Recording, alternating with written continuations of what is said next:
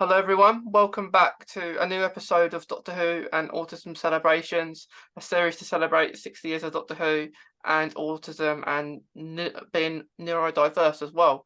Today I'm joined with Phoebe. Phoebe has autism and loves Doctor Who, of course, so it's going to be really cool to have Phoebe on today. So Phoebe, it's Hi, great guys. to have you. Hi everyone, I've never been on a podcast before, but this is my very first one. I also have a YouTube channel called Who's Phoebe, where I talk about nothing but Doctor Who with top 10s, reviews of the classic series and stuff like that. So feel free to go over there and find out what exactly I do on camera. Yeah, go and follow Phoebe. I'll have to see it as well because I don't think I have. So I'll send you a link at the end. Yes, send me a link and I'll have a look at it. So Phoebe, with say Doctor Who, well, when did you start watching it? So I started watching it in 2019.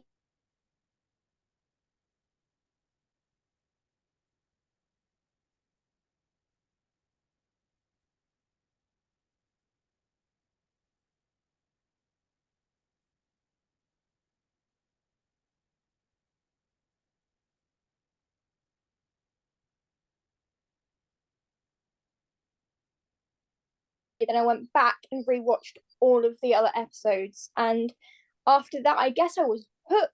In the very first episode I watched was Kablam. That was the clip that I saw, the 5-minute clip that they had, and then I went back and watched back all the episodes from Eccleston to Whittaker, and then during lockdown I went back and watched all the classic episodes from Hartnell to Sylvester McCoy. Yeah, that must have took a long time to do that. Well, we were in lockdown, so I had like 6 months to watch a bunch of these episodes, like all 26 seasons. My favourite Doctors, I think, from Doctor Who in total are Peter Davison, David Tennant, and Jodie Whittaker, just due to the fact that they were the Doctors that I felt I could really relate to with their personalities. And that, I mean, Time Crash, the Children Need Special that David Tennant did, confirmed the personalities of the 5th and 10th Doctors to be very similar, like caring personalities towards their companions and friends that they meet along the way in adventures. Because people might not know it, but the Doctor will make friends with people when they're on adventures, even if it's just a one-time kind of meeting. They'll never see them again, but the Doctor does make these friends out of people. I mean, take Tegan for example. She kind of met the Doctor inadvertently, I'm gonna say. I think that's a good word to start this off. Inadvertently, when she thought the TARDIS was a real police box. Now, of course, we know that this isn't the first time a companion has walked into the TARDIS thinking it's a real police box. We've also had Dodo Chaplet do that, and a couple of other companions too. So Tegan hasn't been the first, and definitely won't be the last, to walk into the TARDIS like that. But the fact that the Doctor just inadvertently kidnapped her without checking if there was anyone in the TARDIS at the time.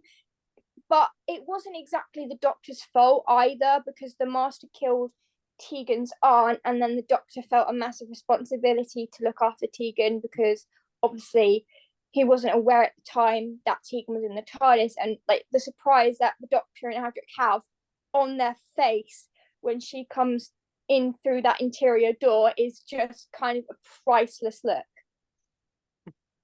Yeah, there's so many good like moments that and maybe shocking moments that you can find in Doctor Who. Yeah, I also kind of enjoy when she was like constantly wanting to get back to Heathrow Airport, and the Doctor promised to get her there, and then like you get to the visitation and like Tegan doesn't really want to leave TARDIS now because she's having fun with the Doctor and Adric and Nissa on these adventures. And then you get to Black Orchid and she explains that she wants to stay with them for a while and enjoy more. Obviously, there's more depth when you get to the audio stories, and like when kind of Adric and Tegan are having a talk in one of the audio adventures, she does explain to Adric that she is starting to enjoy these adventures and becomes a willing traveler in the end. Like, it's not easy for her at first, but she and Nissa have a really good chemistry. That's what I'm now, if you don't mind, to get onto the subject of companions becoming friends with each other.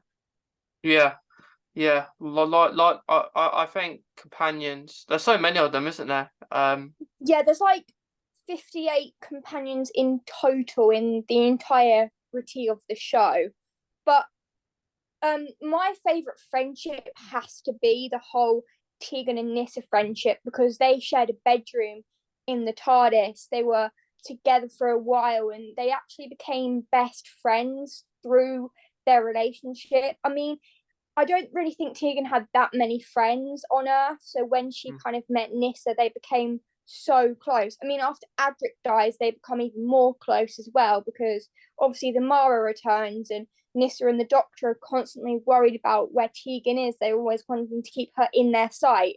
But like Nissa kind of, in the audio story, The Cradle of the Snake, when you've got Turlo there, like the Mara returns and Tegan locks herself in her room and Nissa's the one that convinces her to open the door. It just goes to show how much of a friendship the two of them had together, not just their time on show, but in the audio stories too.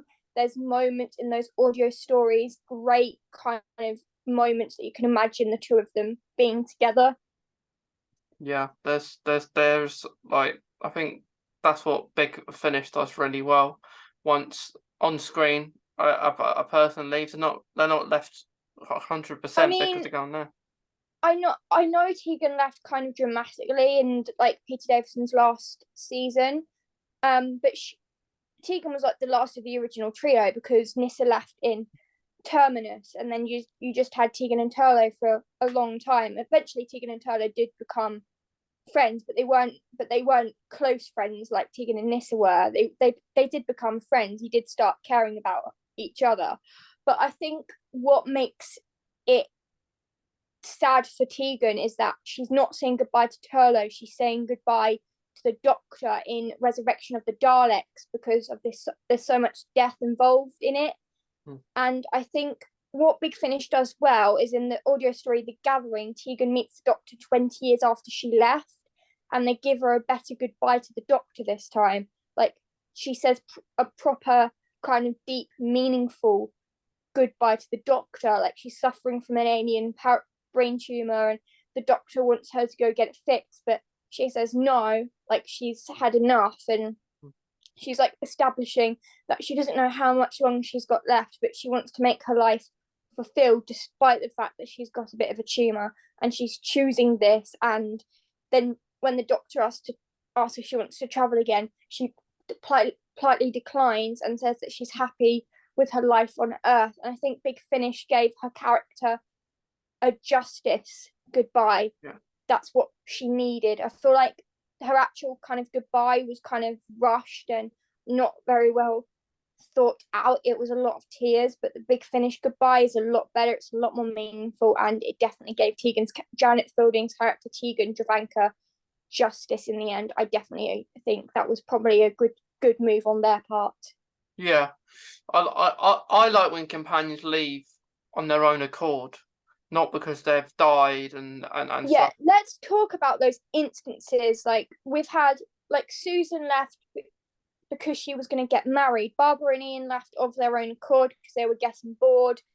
We've had things like Katerina, who died, which is very rare for companions in the classic series to die.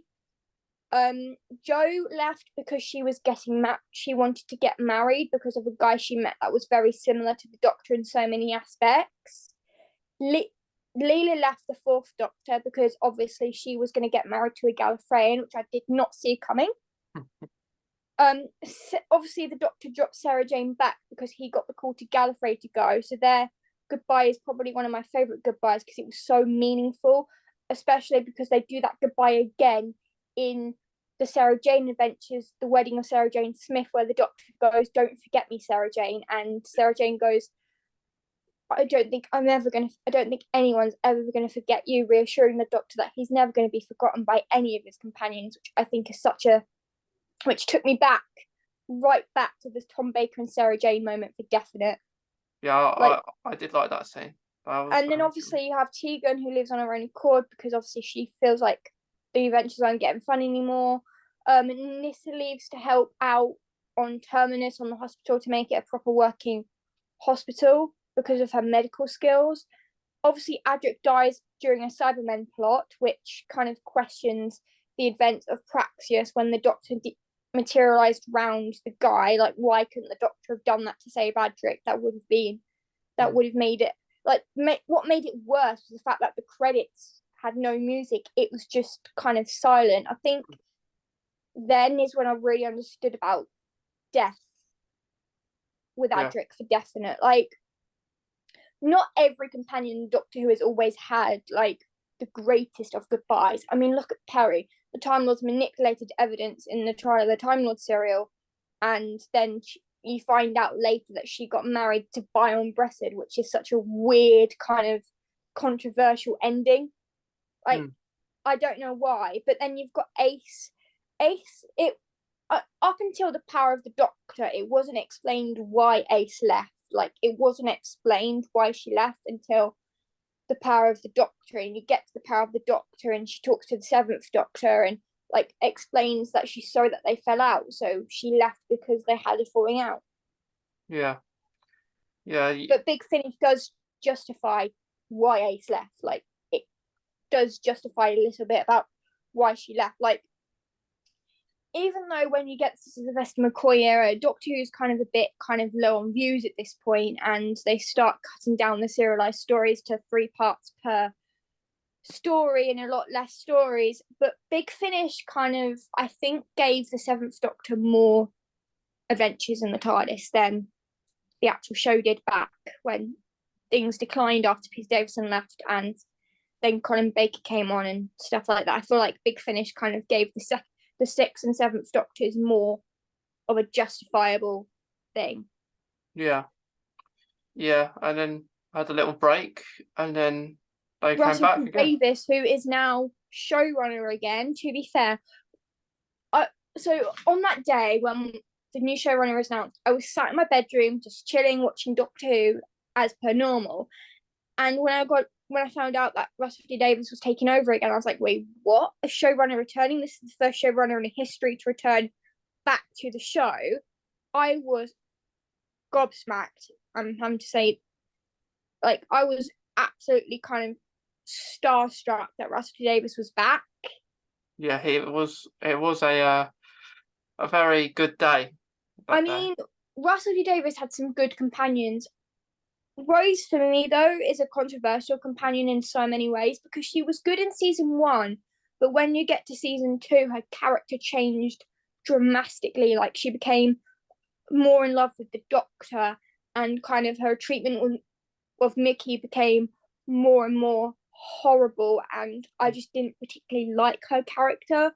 I was so much more happier when she left, and then Martha came along because she was intelligent and capable, and she actually understood a lot of the scientific stuff that the Doctor says. Like, Tegan understood it, so did Nissa and Adric.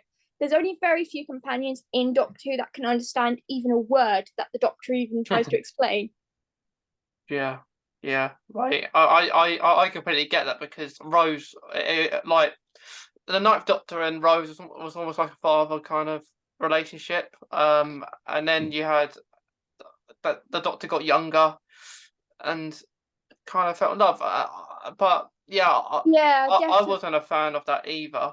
No, Yeah, I preferred kind of the 10th Doctor and Martha's relationship because it was more kind of teacher professor relationship, which was a lot more substantial to Doctor Who itself. Because if you look back on the classic era, like with the 5th Doctor, he had kind of 3 companions, but they were kind of, it was kind of a family aspect. The Doctor being the father figure, Tegan being the older sister, Nissa being the younger sister, and Adric being the younger brother. That was good. That was a good balance because it meant that they all got a bit of screen time, and also because obviously the serials were longer back then. Like, you got parts with maybe just kind of Adric and Tegan, or the Doctor and Nissa. You know, the serials were longer, so they got way more screen time each time a story came out, because the serialized stories were longer back then. You had 4 parts of the Peter Davison era, and the companions got a lot more screen time and a lot more to do rather than what Doctor Who is now. Yeah. A lot of things does change. Like now, the episodes are longer than they used to be. Yeah, but companions don't get as much screen time as we probably hope they do, because a lot of it is focused on the Doctor. So take Gridlock, for example. This is the perfect Doctor Who episode. There's a right mix of everything. There's a right mix of the Doctor and scenes. There's a right mix of Martha and her car. Because it was car based, I felt like it was a really good pace, because it was constantly switching between the Doctor's car and Martha's car, and that was a good kind of well paced episode, because like it was well paced, and then you also have that scene, that action scene of the Doctor jumping between the cars to get Martha, but that kind of filled in the action. Okay, that filled in the action for the rest of the entire episode. You didn't need any more action like that. And then you've got the Doctor meeting Novice Haim, having a go at her because he remembers from kind of what happened on New Earth, which, to be fair, I do not like the New Earth episode. It's not a great episode. It was really confusing and just generally not the best Doctor Who New Who episode I've ever seen. Yeah. It was I did like the start of that episode, like when they're on the grass. I like that bit, but yeah, I do like that bit, but kind of when you get 10 minutes into it, it begins to get really confusing, and you know that there's something wrong here. Like, why do they have a disinfectant lift in a hospital of all things, and why is Cassandra there? That horrible skin monster creeped me out. yeah, it did. It was quite creepy. It was quite creepy with the Ninth Doctor. Yeah, but even creepier in New Earth. Like, they just made her worse. Yeah, like switching to bodies and everything like that. Yeah, I mean, the most underrated Doctor episode, I think, in the second series is Tooth and Claw, due to the fact that the timing is a little bit messed up in between it. Because that episode just kind of comes and goes as it pleases with the werewolf, and then there makes absolutely no sense whatsoever. Yeah, that is another confusing one. Because like it makes no sense. Like the Doctor and Rose are in the room with the ivy on inside. 10 seconds later, they run out and the wolf's in the room with the ivy. What the hell? Yeah, it is like it is a confusing one. What other confusing ones are there? I feel like that episode just kind of changes its mind as and when it feels like it. Yeah. It is. It's not the scariest episode. Maybe at the time.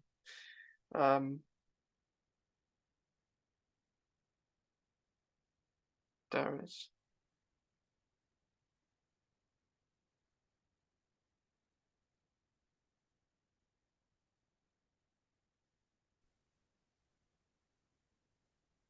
I feel like his second season was probably the better of the two, of the 3 seasons that he did, because he was more comfortable in the role of the Doctor at this point, and his speeches got better for definite. Yeah. Although with David Tennant's seasons, I did prefer the series 3 and series 4. I think I like those episodes a bit more than series 2's. Because they constantly had like a theme going. Like the series 3, it was a more kind of darker theme, and they kept kind of the idea of having human kind of monsters. You start with the Judoon, but you have Mrs. Finnegan, a human alien, then you have the Carrionites, then you have the Macra, and then you have the pig slaves and the Dalek episode, then you have Professor Lazarus, then you have kind of a son, and then you have the scarecrows in Human Nature, and then you have the Weeping Angels, and then you obviously have the Master. So in series 3, they kind of kept it constantly to one kind of style theme of particular monster. Yeah, that was the best thing about it. Like series 2, it had lots of Simon and Daleks. Like they had them at the start of the series and There at was the end of the series. like there was no rest between the Cybermen and Daleks. Like you couldn't like it was weird. Series 2 was just a bit of a muddle. Like there was no continuity with it. Yeah, yeah, But series 3 and 4, what they do really well is that they have continuity in those episodes. Like Martha gets brought back for 5 episodes in season 4, and then again she's seen in the final helping the Doctor out for a final time. yeah. I think that was a good. But also, what I like about Journey's End is Mickey takes a step back from Rose. Like he goes back into his actual own universe and realizes that Rose is not going to love him anymore. And then we see him and Martha married at the end of Time Part 2. So he moves on quite quickly with Martha. Yeah, that was a bit weird. That was seeing that. But yeah, it makes sense. Like it made sense though for Mickey to be in the universe that had Martha in, because he was able to move on from Rose at the end of Journey's End, realizing that there was nothing for him else in the parallel universe, and decided to go back to his normal life but still defending the Earth. Because when you travel in the TARDIS, you can't really unsee the universe the way you see it when you travel with the Doctor. Like the Doctor kind of opens your eyes to all these kind of amazing worlds and alien creatures, and when you leave him, like you realize you have to defend the Earth to help the Doctor out, because the Doctor isn't always on Earth 24/7.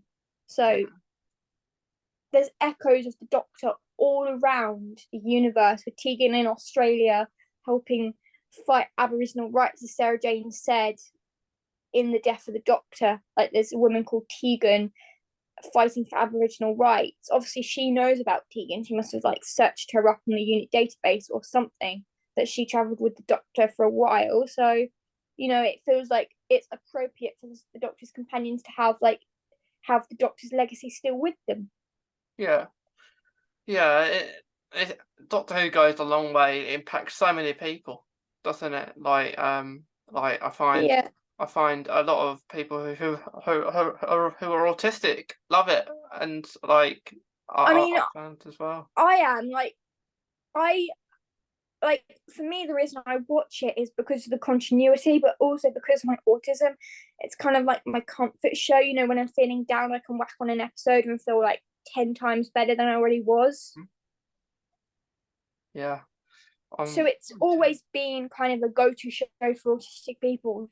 Yeah. When yeah, I go like the last convention I went to, I could just see a lot of neurodiverse kind of vibe around the whole entire place. So yeah, it is crazy. I mean, it definitely has a lot of leeway in the autism community, for definite. Yeah, yeah. There's like I mean, I've met a couple of Whovians that don't have autism, but I think a good majority of all Whovians out there have some form of learning disability, Down syndrome, autism, anything. yeah. I feel like there's a lot of Whovians out there across the world who have autism. I don't think I've only met a couple that haven't. Yeah, most do. Like I was actually shocked by it, to be honest. Like lots of people like it. There's at least 99% of people out there with autism who watch Doctor Who, like, yeah, and the other 10% are people who don't have autism. So at least like 90% of Whovians have learning disabilities. yeah. They have some sort of like they have something. That's like that's a big thing in the Doctor Who community when you put all those numbers together. Yeah. But Doctor Who makes me feel like I'm not so alone in the universe. Yeah, yeah. I'm the same. Like you think about it all the time, don't you? I mean, I work on a farm, and I swear the only thing I do constantly when I'm working there is talk about Doctor Who like non-stop. Like people at work are starting to get pretty sick of it, but I don't care. I wouldn't either. Like I'll talk about it to people who have no interest in it, and if it annoys them, it annoys them. I mean, I listen to audio stories at work. Like, I'll have my earbuds in and I won't be listening to music. Oh no, I'm not that sort of person anymore. The sort of person who prefers listening to an audio story whilst I work. I mean, that's not crazy. That's just kind of like, that's the way I am. I want Doctor Who on the go, so I've got Doctor Who on the go. Yeah, you just it keeps you on task, I guess, as well. I mean, I find it hard to concentrate there, you know, with like marking out animals. So I feel like if I listen to a Doctor Who audio story, it kind of keeps me focused when I do the work, kind of keeps me on task. Yeah, it's quite sensory. Like you want to Because like do that. I spent an entire half an hour cleaning out an entire barn whilst I listened to a Doctor Who audio story. That's because it got me focused to do it. Yeah, yeah, it's good. That's the power Doctor Who has. I mean, I write a lot of Doctor Who stories on like Wattpad, and I made a character called the Doctor's Daughter who's a medic, and she kind of helps companions when they get hurt or ill and stuff because she kind of knows what she's doing. And the Doctor kind of gets annoyed with Phoebe occasionally because of the fact that she graduated the academy with a quadruple first from the Time Lords due to the fact of how smart she was. Here's a little bit of context. So my character's kind of set first Doctor era. Okay. Phoebe was taken from a church doorstep where she was left as a baby to Skaro. She became the Daleks' archetype. The Doctor found her, couldn't leave her there, took her in and raised her as his own. Yeah. And over the years, she has seen the Doctor regenerate multiple times, has learned how to pilot the TARDIS as the Doctor's co-pilot, really. That's pretty cool. Yeah. So the Doctor doesn't have to do everything single-handed. Like Phoebe's always there to lend a hand. Yeah, it's good that it's good that you get to see the Doctor regenerate more than once as well. And Phoebe in the story is on currently her 5th regeneration. Mm-hmm. Unlike the Doctor, she can't change her face. She can change her hair color. She can change the style of her hair. But because she's still kind of partly human, she doesn't have the ability to change her body. But that's okay. The Time Lords did say that would happen because when the Doctor took Phoebe to Gallifrey, the Time Lords explained that Phoebe would become Time Lord, but just not be able to able to regenerate, just not the ability to change her body or face. But the Time Lords are okay with that. Yeah. But the fact that Phoebe's a medic in the TARDIS just makes it so much easier when companions get hurt on adventures because she doesn't leave them.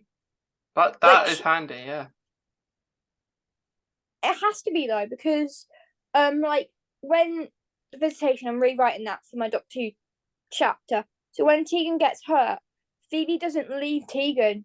No, she doesn't. She applies medical aid, but when the android captures them, Phoebe doesn't stop with the medical treatment. She still has a medical bag there. She's not going to leave Tegan and Adric by themselves. She deals with the situation, despite the fact that the Doctor and Nyssa have gone off to do something else. Like she is perfectly capable of handling alien menaces, no matter what. She's confident. She's seen the Doctor talk to them before. And then she tells Adric to shut up about the TARDIS before he spills too much information about it. Yeah. Like, there's only 2 keys in the TARDIS, and Phoebe has a key. Yeah. She also, for her birthday one time, when they were still traveling with Adric, Nyssa, and Tegan, the Doctor gifted her very own K9. Oh, that must have been awesome. I mean, he had a K9, but Romana took K9 when she stayed in E-Space. Yeah. But Phoebe needs K9 for her work in the medical bay. You know, to help her make medicines and vaccines and things. She needs her K9. Yeah. K9 is awesome. I mean, to be fair though, the fact that the Doctor gives this to Phoebe, a version of K9 for her, it makes their adventures a lot easier, because when Phoebe gets kidnapped at one point in my chapter, like K9's there to go inform the Doctor that Phoebe's been taken.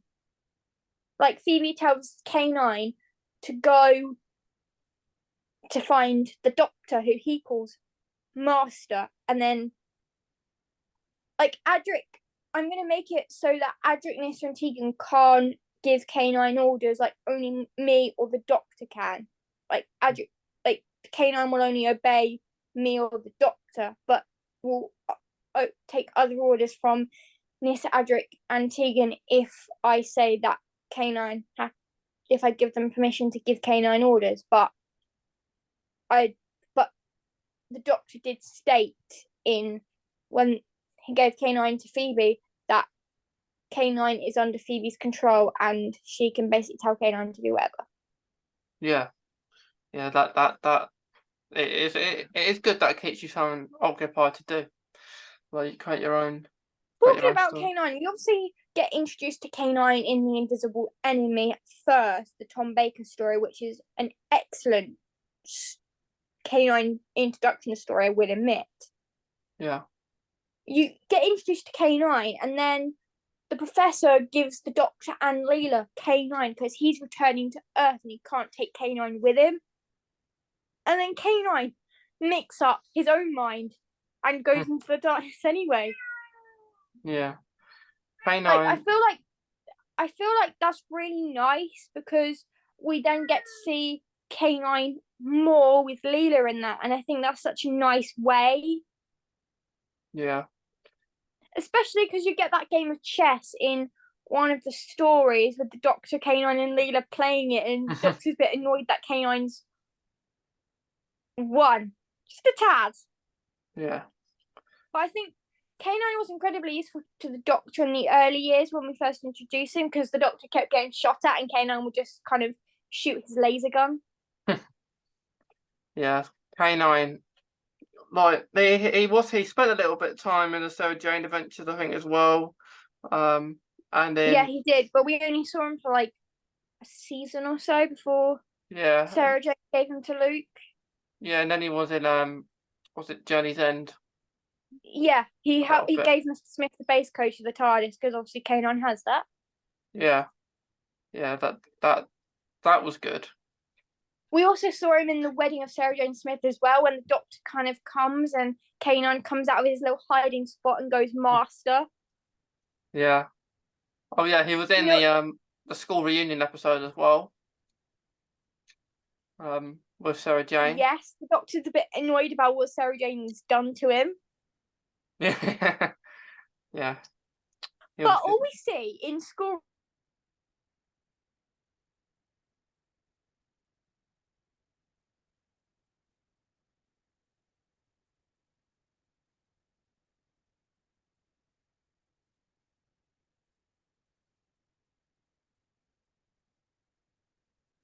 You're frozen again. I'm back. Yeah, like I was saying, like in School Reunion, it's a good episode up until the point we get Rose being all jealous about Sarah Jane. Yeah. Yeah, that was annoying. That was just constantly annoying, because Rose kept like being like, when Sarah was offering a piece of advice to help Rose out a little bit, like Rose didn't want to take this advice from her. Like, she didn't want to take this advice from one of the Doctor's former companions. Yeah, it wasn't very nice of Rose. I didn't like that either. Just being and the fact jealous. that Rose clocked that she hasn't been the first companion of the Doctors, that there has been others, pissed her off, you know? Yeah, it was pretty funny though, in a way. Because when she met the Doctor, she thought that she was the very first companion to get this honor, but no, she's just been one in the long line of companions that the Doctor's had. Yeah. Like, did she not realise that she wasn't the first companion? the Doctor's had many. Yeah.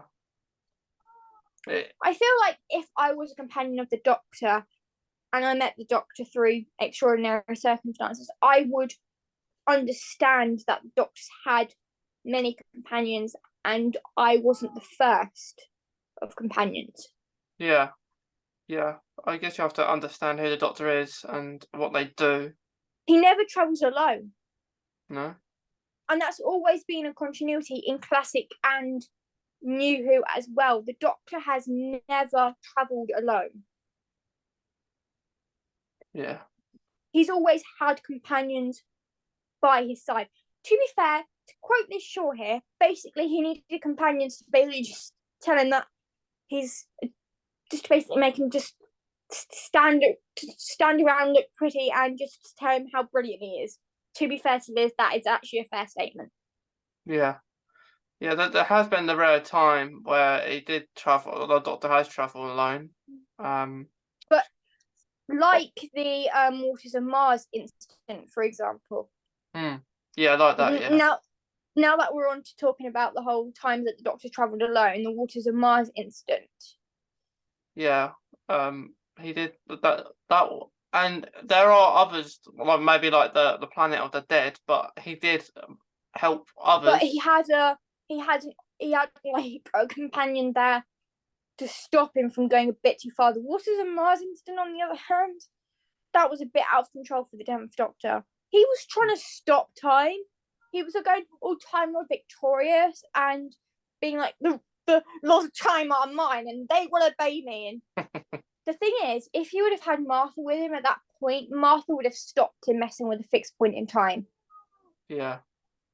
Like, I've rewritten the Waters of Mars with my character, and Phoebe had stopped the Doctor from messing with that fixed point in time before things went too far. Yeah, it's good. The thing is, the reason he went like that is because he kind of steps outside, and when the rocket explodes, he hears all like his talks to his previous companions back, stating that he's the last of the Time Lords, they all died, and stuff like that, which then activates that sudden, I want to save everyone moment. Yeah, that is what happened, and it was good. Well, when I did watch it, I was pretty scared of the water creatures when I was younger, but yeah, I mean, it took Adelaide Brooke to stop him. Yeah, and then he realised he's gone too far. He's broke all his own rules. As soon as he gets a visit from Sigma. Yeah. And he realizes he's gone too far at this point.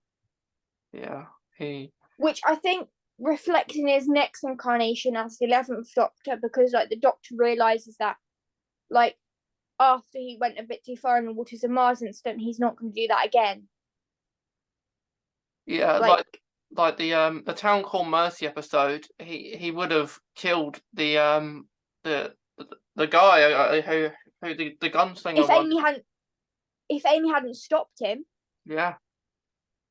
Amy stopped him. Yeah. Amy said this is what happens when you travel on your own for too long. Yeah, that was it, and he was really angry. Yeah, the Doctor was really angry there. And then he made Amy his deputy sheriff when he made sheriff. That was hilarious. Yeah, he was pretty funny, wasn't he? The 11th Doctor. I must admit, though, out of all the Doctors, I feel like 10 has definitely been the most reckless of all of them. Yeah, I think he's quite selfish, and in times the 10th Doctor, but I mean, he treated Martha quite poorly.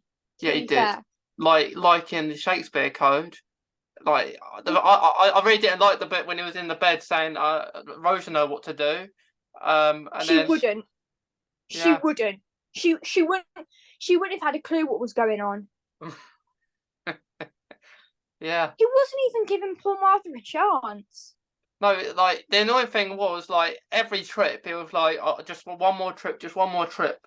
It was nearly the whole series. Yeah.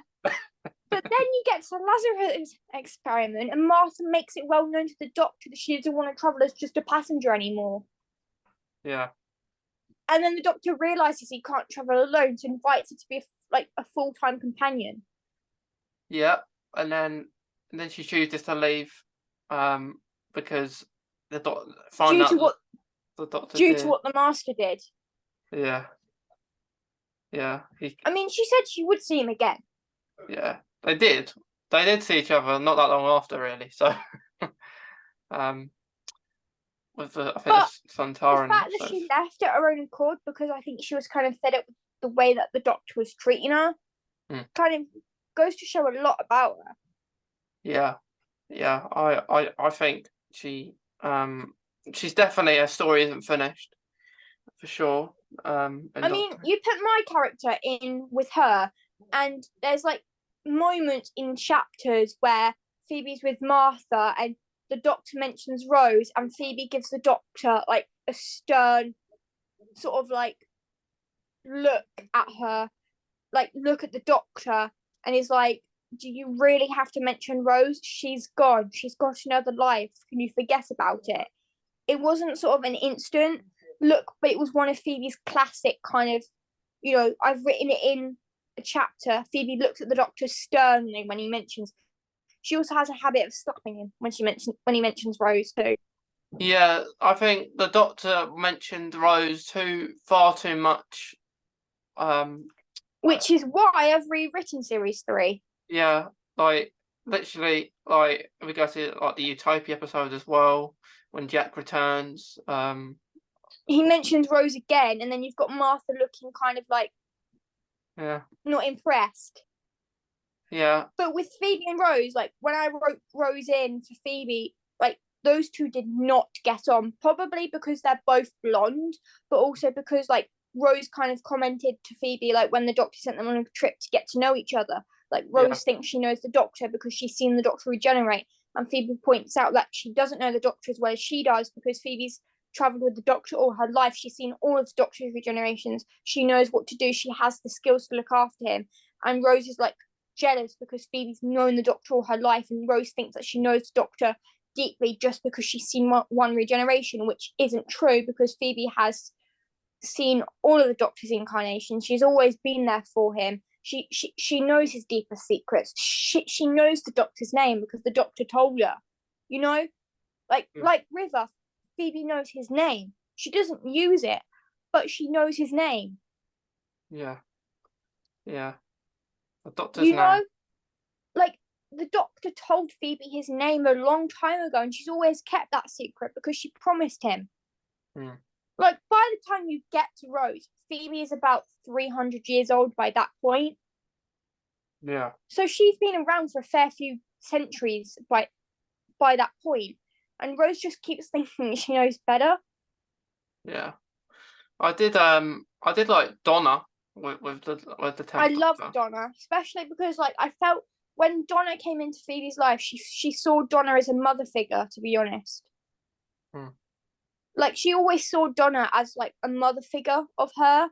Like Phoebe's always had like female influence in the TARDIS. Like she's not had the lack of that, with like female companions and that. But with Donna, she felt like she had like a deeper connection with her because she always saw Donna as this kind of mother figure, with her being a little bit older and a bit more wiser. She always felt that Donna was like a mum to her. Yeah. She was very good, Donna. And when I rewrote series 4, I made that clear in a chapter when Phoebe had a heart-to-heart with Donna about growing up. Like she always told Donna that she saw her as a mother figure in the TARDIS and nothing more. Yeah. It's going to be really good though to see Donna in the 60th later this year. I want to see what happens because like the doctor wiped Donna's memories, and now that the doctor's back, Donna's going to remember the doctor. So it's going to be interesting to see what her fate is at the end. Yeah. I think it doesn't look good for Donna, but I hope she doesn't die. I hope that doesn't. No, it doesn't look good though for Donna, though, does it?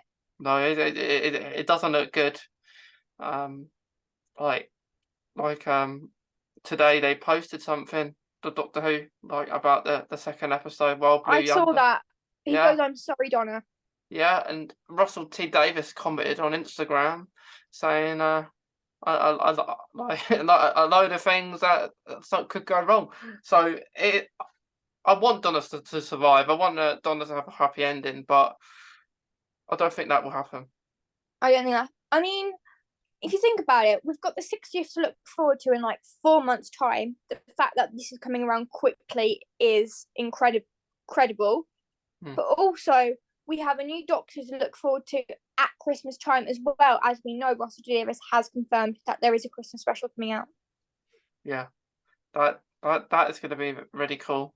And then we've got a brand new series after that coming out. So technically, we're going to have Doctor Who for months. Yeah, you'll have. I think it'd be pretty. The first few months of next year. Also, I just want to point out that we've been getting a lot of promos for the 60th. Like, unlike the Chibnall era where we used to get promos like 3 weeks before the actual series was going to air, Russell T Davies has been premiering the 60th hard. Like, he's been promoting the 60th hard. Like, there's so much hype already. I mean, I bought the 14th Doctor's new sonic screwdriver this week. The power that man has for a sonic screwdriver toy. Yeah, like it's crazy. It's crazy that they all sold out in 8 hours. I think so. It's crazy how much power. I mean, the power David Tennant has is just ridiculous. Yeah, like so much better. Like the promotion now, like you say with the Chris Chibnall era. I looked up of a few things he shared, and much better. Like even the Sonic Screwdriver trailer. That trailer is compared to like better than some trailers that we had for a series. It just looks so freaking cool. It's like all the Sonics that we've had since the classic era have gone and had a baby. This is the baby. Yeah. Sorry about my cat. I like the fact you said baby and your cat comes. Yeah, because he knows I'm talking about him, or at least he thinks he does. Yeah. So that Sonic is kind of a mixture of 10s, the War Doctors, the 5th Doctors, 11th, 12th, and 13th Screwdriver all rolled into one. Yeah, it looks incredible. It looks. I mean, you've definitely got some of 13 in there. Yeah, I think you've got a bit of it in their own way. They're trying to put every Sonic in there. Basically from the second Doctor Screwdriver, really. Yeah, and I think it will just be a 60th one. I'd be surprised if Shooty uses it. I feel like he's gonna get a new one. Yeah, he might use it once and then it will break or something. Let's talk about screwdrivers now. We're trying to cover everything. Obviously, the second Doctor had a screwdriver, but for me, on Screwdriver's list, that comes quite low down considering the fact that it was just the start of it. Yeah.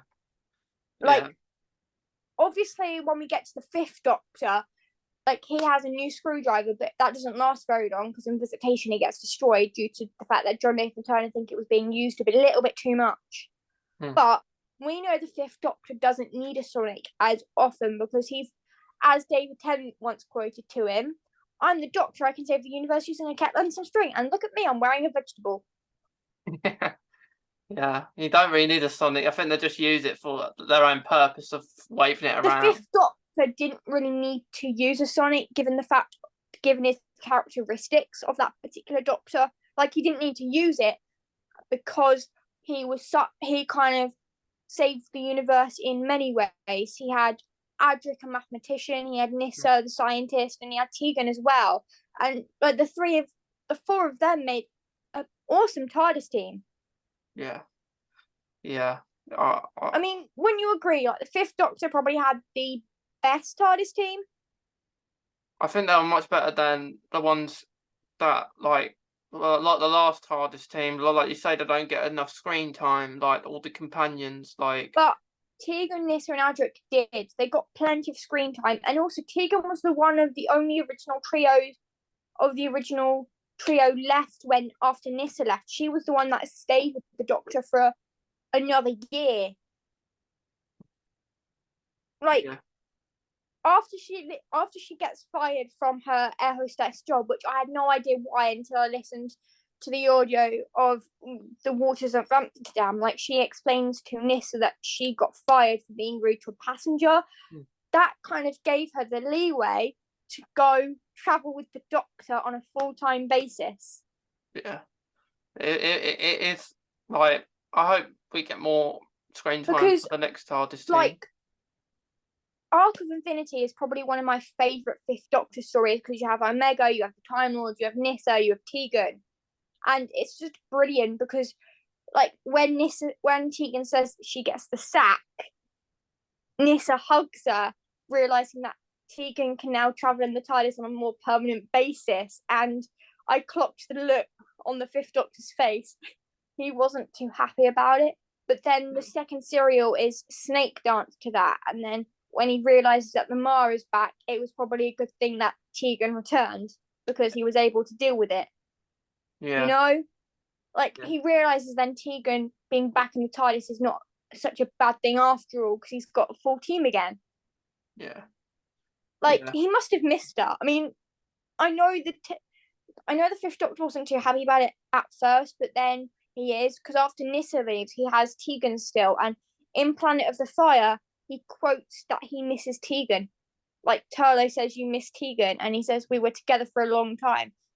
You can tell that Tegan was his best friend, wasn't she? Yeah. Yeah. I mean, people think Adric and Nyssa were the Fifth Doctor's best friend, but no, it was Tegan. Yeah. Like, due to the fact, definitely. just because they were very similar in aspects to each other, and like, she'd seen him regenerate, and she'd been there for him. She knew him all too well. And I think when we talk about best friends in Doctor Who, I think, like, we talk about Sarah Jane, we talk about Joe Grant, we talk about Jamie, we talk about Susan, we talk about Tegan, we talk about Perry, we talk about Ace, you know? Yeah. Rose and Donna and Amy and Bill for the 12th Doctor's best friend, because Clara wasn't really his best friend. Like, Clara was sort of inherited from the 11th Doctor. Yeah. To be fair. It was kind of the opposite, and like with it was kind of the opposite, because like for Rose it was like an older one, like a father figure to like one that she fancied. That was the opposite for Clara, because she kind of fancied the 11th Doctor and then didn't anymore when it was the 12th. But yeah, but when we have like best friends connected to the Doctor, you can tell who the best friends are. Like, with the Fifth Doctor, it was Tegan for definite from their very first adventures together to their last. Like, the Doctor always cared for Tegan. Like, she was probably the one that he favoured the most. Like, in the audio stories, it's also shown as well, because like when Tegan hurts herself on a piece of, like when Tegan kind of in the Butcher of Brisbane, like when like she tries to save the Doctor, the criminal puts Tegan in this chamber, and then she gets so weak, and the Doctor tells her to put her arm around his shoulders so he can help her out, because like she's so weak at that point. And like, you can tell, like, he would do that for Nyssa as well, but he did it for Tegan more. And it was the same in the Whispers of the Forest when she collapsed in the decontamination chamber. He was the one who carried her out of there and got her to the rest center, immediately after she collapsed. I feel like their friendship is more poignant in the audio stories. Yeah. Yeah. But yeah, so much to look forward to though with the 60th Christmas special. Hasn't been one for years, since like 2017, I think. It was with the Stephen Moffat era though, to be absolutely fair, but Chibnall didn't want to do that. He wanted to do New Year specials, which I really hated each New Year. Also, why was it Daleks every New Year? Like, Revolution of the Daleks, in the Daleks, why? I don't know. I think maybe they couldn't think of anything else. I mean, it was nice to see the 13th Doctor meet the Daleks, but Yeah, but everyone meets the Daleks. every Doctor's met the Daleks. To be Yeah. fair, Yeah, like like the yeah, like the 5th Doctor has. He's also met the Cybermen.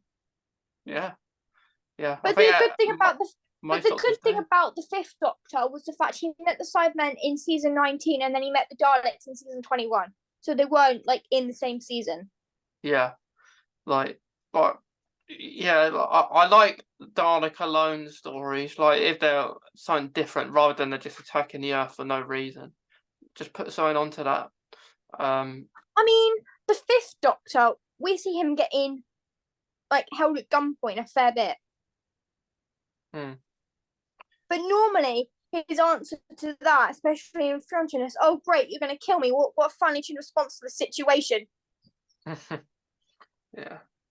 That's But one of my favourite moments from the 5th Doctor, when he kind of establishes his ground in front of us, like sort of explains that if they're going to kill him, they better get on with it, because he knows something's going on that planet, but he wants to find out what, and they're not letting him.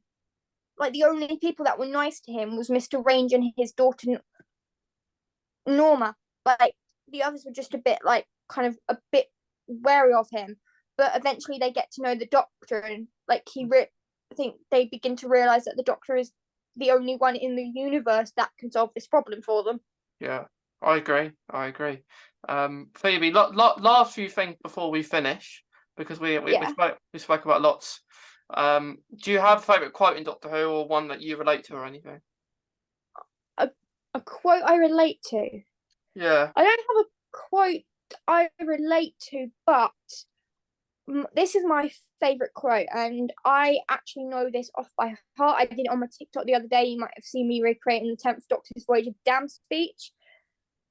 I'll do it again on the podcast. I'm the Doctor. I'm 903 years old, and I'm the man who's going to save your lives and the lives of all 7 people on the planet below. You got a problem with that? Yeah. Yeah, I like that one as well. Hang on. Let me read. I missed a big chunk of that. I'm the Doctor. I'm 903 years old. I'm a Time Lord. I'm from the planet Gallifrey and the constellation Kasterborous, and I'm the man who's going to save your lives and all the lives of the 7 billion people on the planet below. Got a problem with that? Yeah, that is a good one. Yeah, That's definitely my favourite quote of any of the Doctors, for definite. That one. It's sort of like they sort of mentioned in that episode, like, everyone sort of obeys him. He gives that grand speech, and now everyone follows his every command. yeah, and then everyone backed off because they were all arguing with him at that moment, and yeah, and then when he gives that speech, suddenly they realise that he's the one in charge here, so they better obey him. Yeah, and then quite a lot of them get killed shortly after that. But I rewrote Voyage of the Damned to include my character, and Phoebe's just like kind of goes along with the Doctor anyway, because she always has done. But she's always his second in command, so she just kind of, it's like, you better listen to him. Yeah, it's good that you recreate all these ones to a bit better and you mean to establish my character in them? Yeah.